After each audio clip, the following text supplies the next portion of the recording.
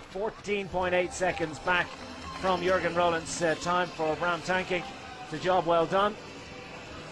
Luke Durbridge is absolutely motoring. The big times are coming in now. Look at this one as he reaches the halfway point. 6.75 seconds faster than Jürgen Roland's, and Durbridge is on a big one. Dillier moving around to try and get the perfect maintenance of speed through that left-hander. And this super tricky left-hander here hops it over that curb, manages to stay away from the dirt on the inside and the outside, so pretty solid effort from Sylvain Dillier through the next right-hander. And the mud and the rain not really a factor now. Dillier straight out of the saddle once more, maintaining more speed than most.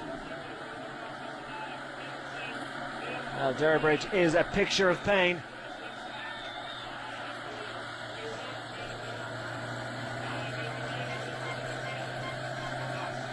.335 is now the benchmark time. Jasper Stuyven is 9 seconds back from that, fifth fastest. Stuyven is just a minute behind Durbridge on the road.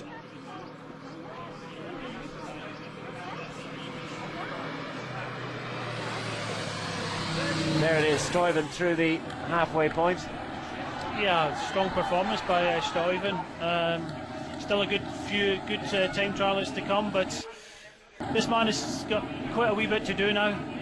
He went through the 3.2 kilometres at 8 seconds down. Looks like Durbridge is setting the road alight about a minute behind him. So Dillier might not be his day, but he's going to put in his best a performance as possible, especially with the national championship jersey on his back.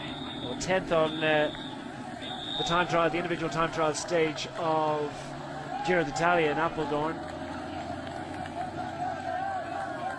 So he can make it beyond the third stage, of course, in Giro d'Italia for Dillier. An opportunity for redemption, opportunity for a big response as he comes up to the final bend. He's got 19 less than that seconds to get through to the finish.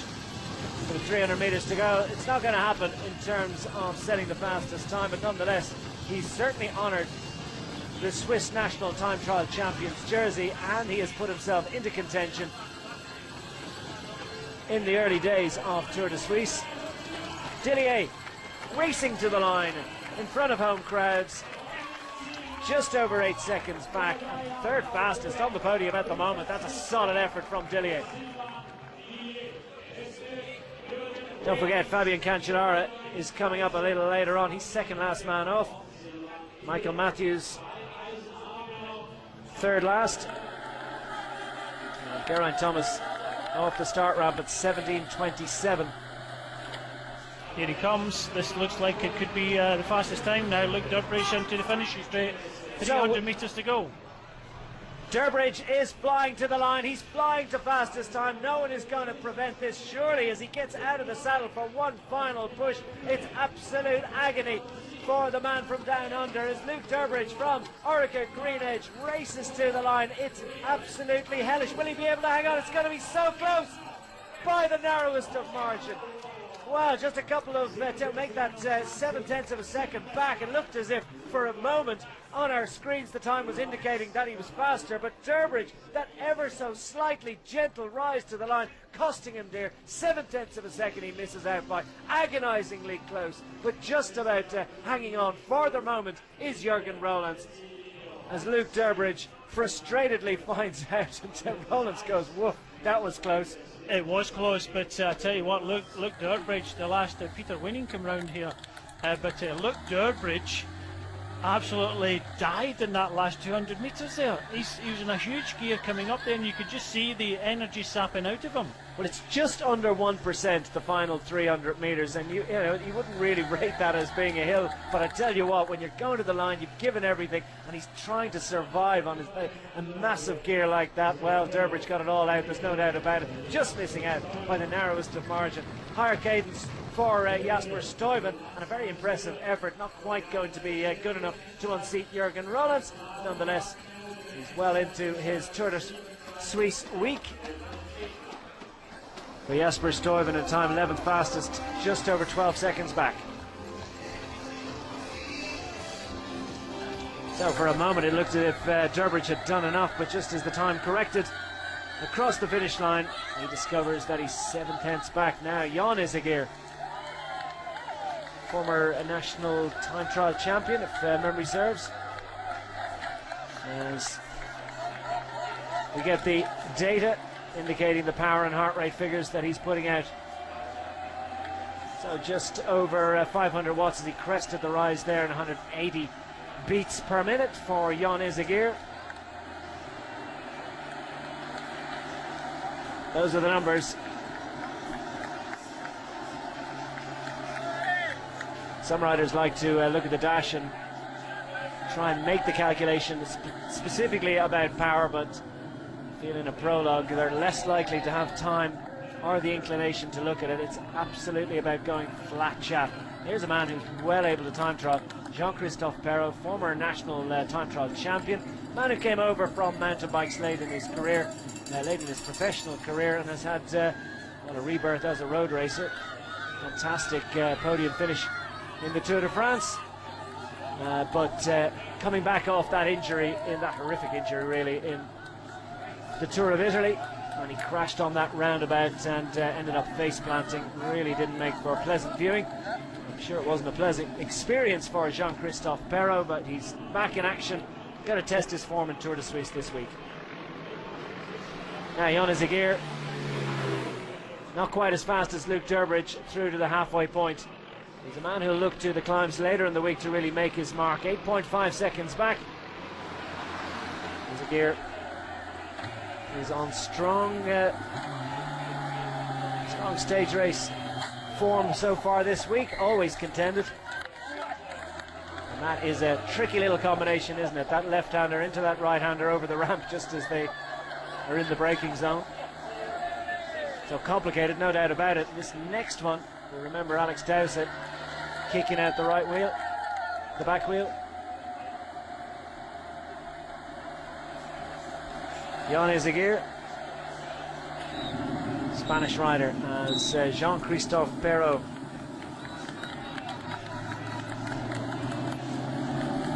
From AG Tour Le Mondial.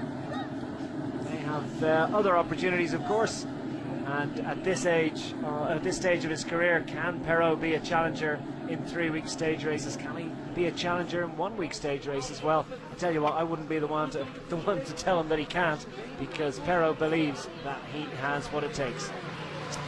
A solid start for him at 3.2 kilometres, just 21 seconds down. Not renowned for his time trialling ability, but he's a rider that could possibly challenge in the overall. He's 39 years of age now. Twice has won Criterium International in 2014 and 2015, and of course not forget that second place finish in the Tour de France a couple of years ago. Won that French national time trial champion back in 2009, but as I say, Brian, he's not really considered as an A-list time trial contender, especially not over such a short distance.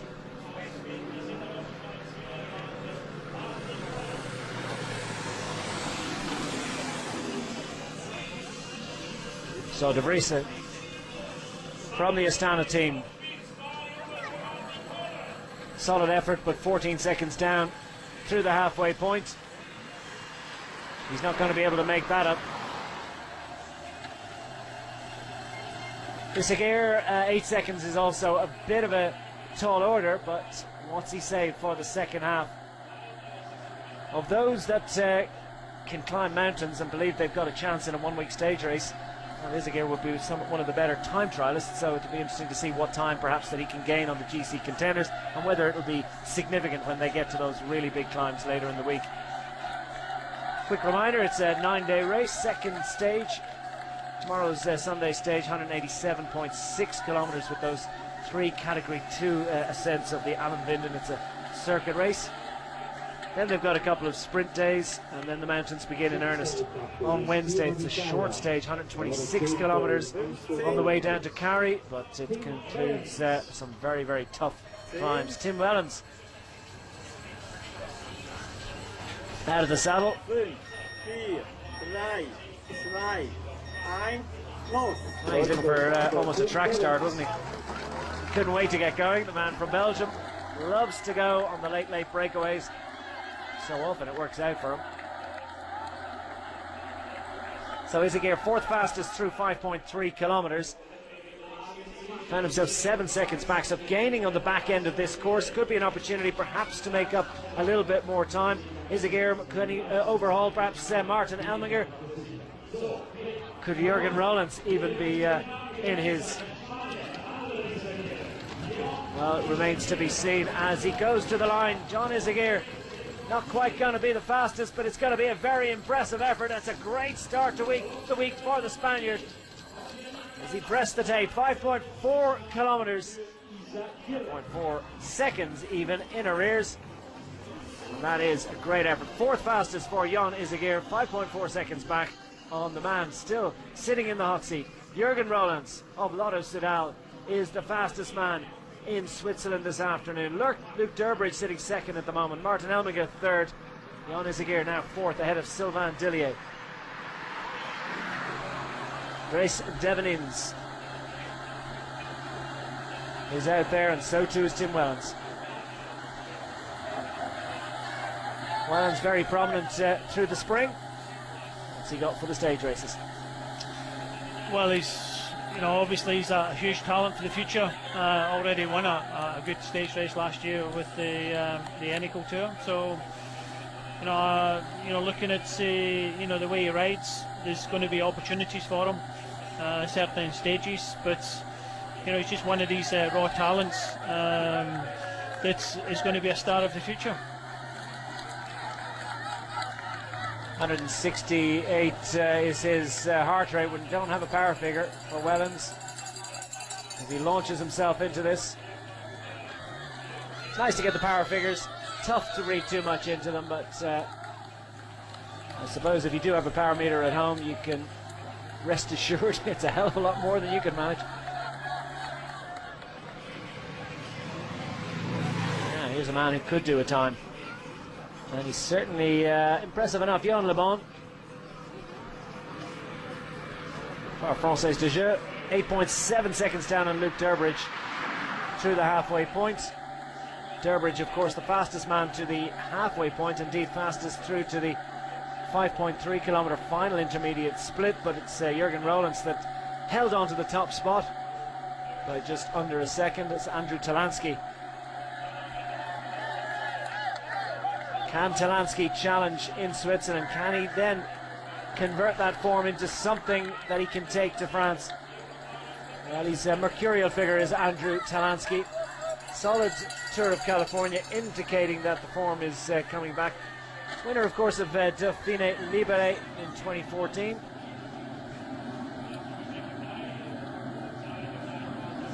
Johan Le Bon, a powerful figure on a bicycle and putting in a solid effort at the moment. Into the back end. Andrew Talansky, an outside bet for honours this week, perhaps? Yeah, I think he's got the form to do it. He looked good enough in the Tour de California, so he's come over here to Europe, decided not to do the Dauphiné this year and concentrate on the Tour de Suisse. Yeah, interesting decision for Talansky, mixing it up. Riders like to change things, and is this an indication that the conditions are changing? And that's going to be absolutely critical. Jürgen Rollens will be getting out his umbrella. And wow, Wellens is really pushing through these turns. That is amazing commitment, because the road is starting to glisten a little bit, and you sense that the surface is going to change. And even if the grip remains the same, the riders are going to be seeing those spots of rain on their visors, and that will perhaps soften their cough a little bit, affect their commitment through the turns, as Johan Le Bon sticks his tongue out and gets the maximum through the final turn, just over 300 metres to the line here, as Le Bon finds himself, it's going to be a very impressive effort, but still not quite enough to get to Jürgen Rollens. It's been a great second half of this time trial for Johan Le Bon. Inside the final 100 metres, he misses out on this occasion. It's surely going to be a time good enough for the top 10. 7:51's good enough for the top 10. That's well inside that. Fifth fastest for Johan Le Bon, just over 8 seconds in arrears.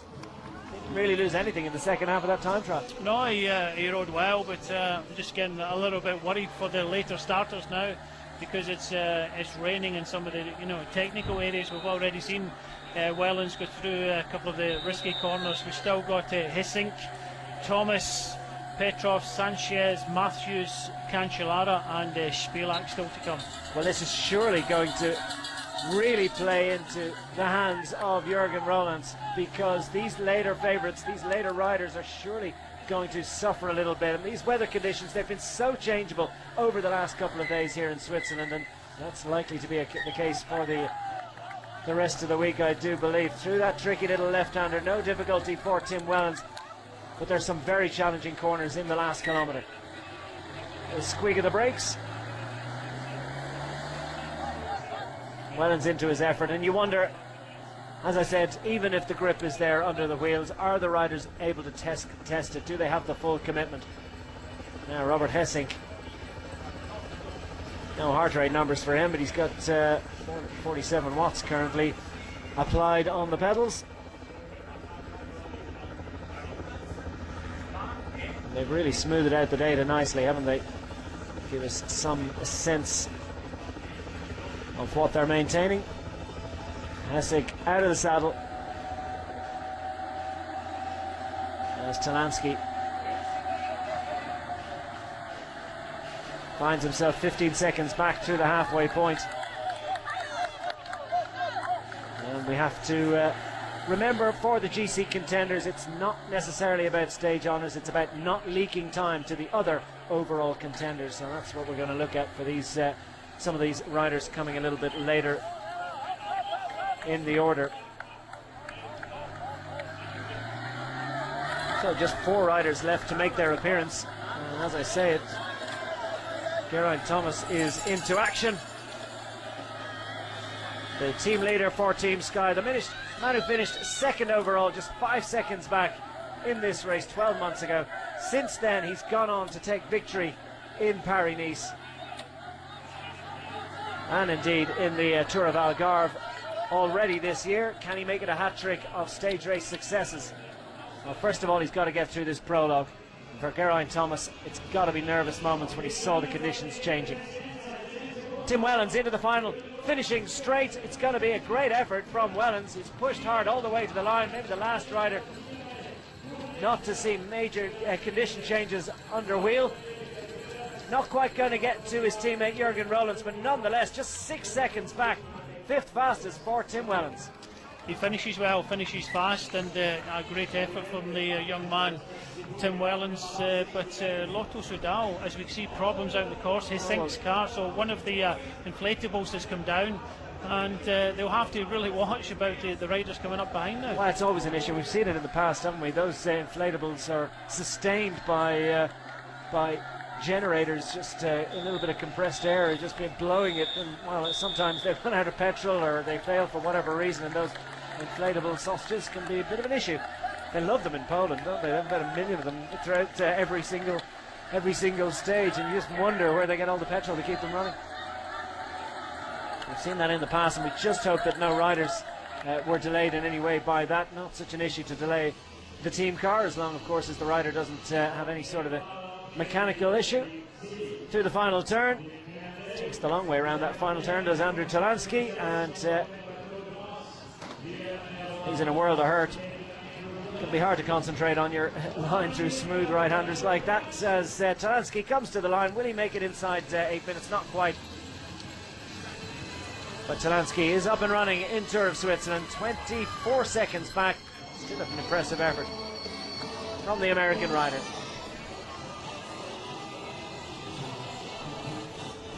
Watch this here, Declan, as we see, it's just about... Well, that was the closest thing ever. He gets under it. He's a tall figure, Robert Hessink. He gets under it, but his car doesn't.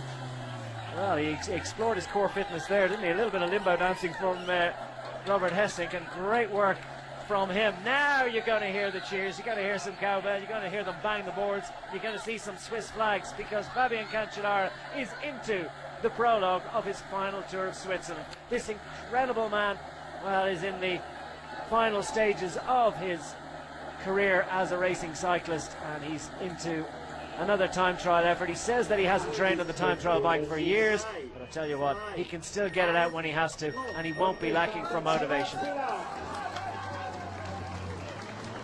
And now the final man off the start ramp, just 1 minute after Fabian Cancellara, is Simon Spilak, the man from Katusha, the reigning champion, the Slovenian rider, wearing Dossard #1. And such an impressive job he did against Geraint Thomas in that final stage time trial 12 months ago. Surprising many with his ability, but he always goes well in Switzerland. Seems to like it in this part of the world.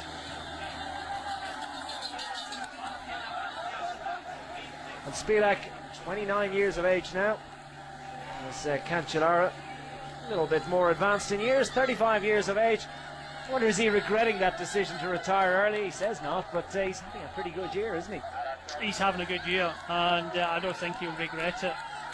He's been at the top for so long, he's done so much. It's the dedication he puts in, and you know, it's a huge effort, and obviously he has, his family have suffered over the years, but that's the sacrifice you have to make. Just to give you an indication of you know, what he wants from today, he's done the equal time of the fastest rider, that's Gaviria, the young rider from Ethics Quickstep, who went through the first kilometre in 54 seconds. So Cancellara already is equal to that, but as we can see, the roads are starting to get a little bit more wetter. Yeah, conditions at the finish line here aren't quite as wet as they are out on the course.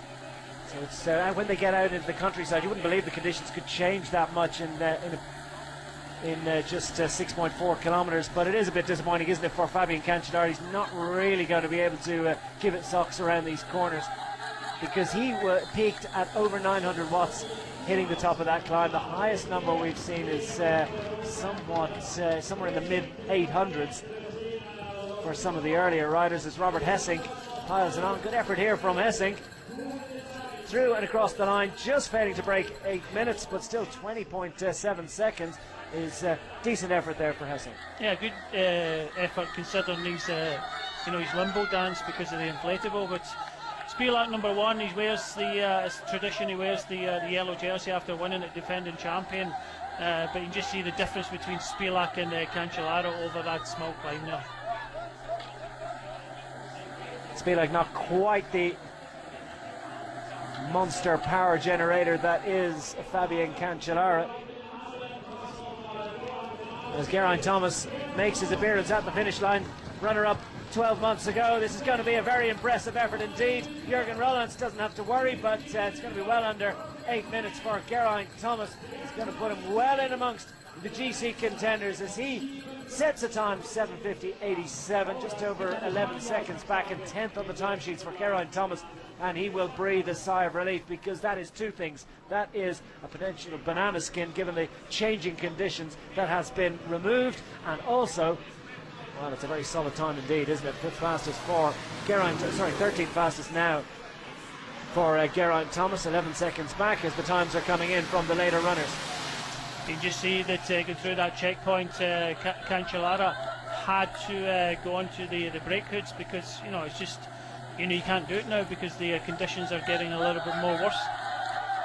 So changeable conditions for the riders at the moment. He comes into the later part of this time trial, makes his way back into the town. That high cadence, that familiar high cadence. He's such a big man, so muscular, but those muscles, well, they do twitch faster than so many others, and he manages to maintain such a high cadence. Simon Spilak is well, quite a bit down on Luke Durbridge's mid-stage split time, 18.8 seconds. Spilak, I suspect, is having to take it as easy as possible. He's going to get the worst of the conditions of the later runners. So through this combination, up over that speed ramp, and it's a very ginger. Takes that one gingerly indeed. Left-hander for Cancellara. Pretty good conditions under wheel. 7 seconds back. What can he do? He just has to get round this corner. I think with the road still dry towards the finish, he's got a little bit to do at half distance. He was 8 seconds down in the fastest time at that moment, but Rollins was 7 seconds down at that moment, so there's only a 1 second between them at half distance. So looking at this finish, looking at this man and what he can achieve, I think Rollins will be sitting in that hot seat biting his nails.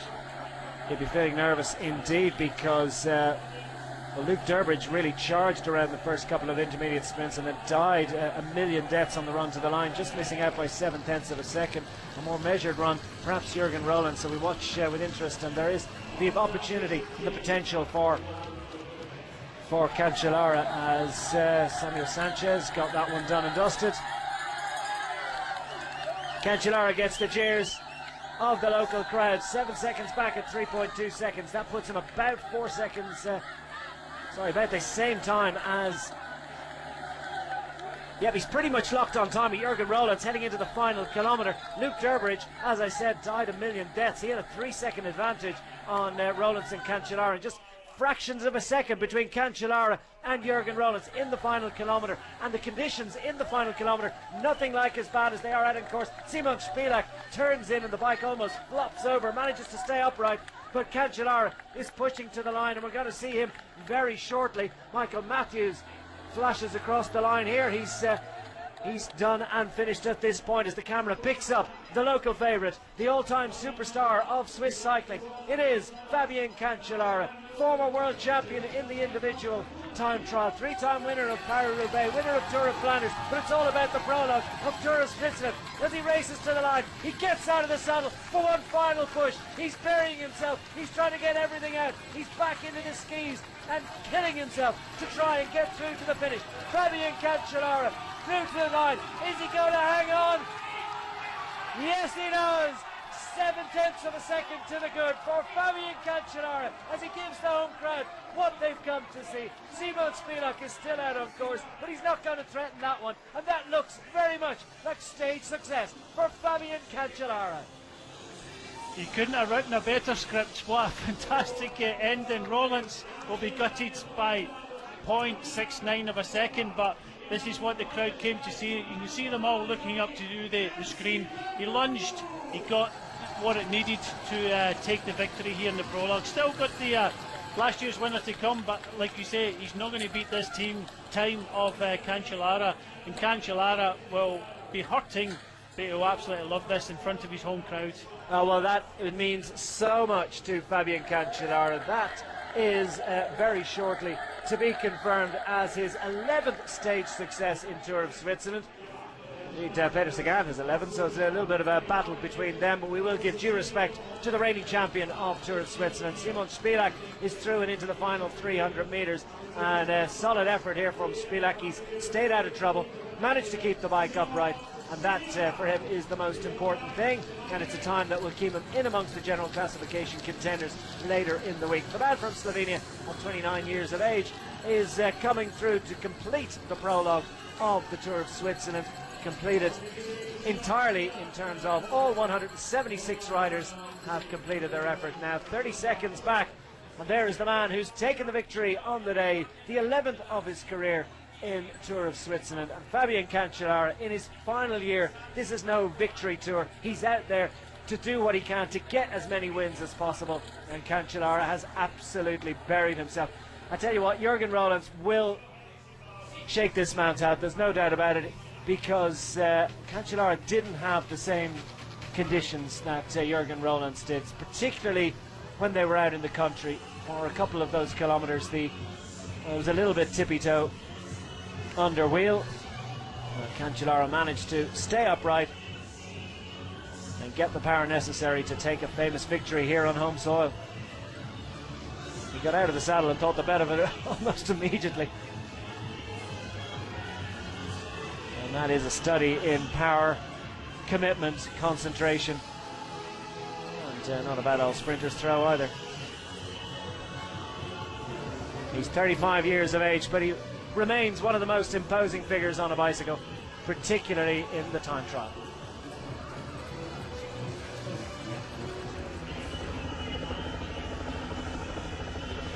So your yellow jersey, where will be Fabien Cancellara, because he takes victory in the first stage of Tour of Switzerland, a time of 7 minutes and 38 seconds, just 69 hundredths of a second faster than Jürgen Rollins. Luke Durbridge, a fine third place for the Aussie, Martin Helminger making it 2 Swiss in the top 4. Jan Izagir, solid effort from a GC contender in 5th, ahead of Wellens, Le Bon, Dillier and the rest.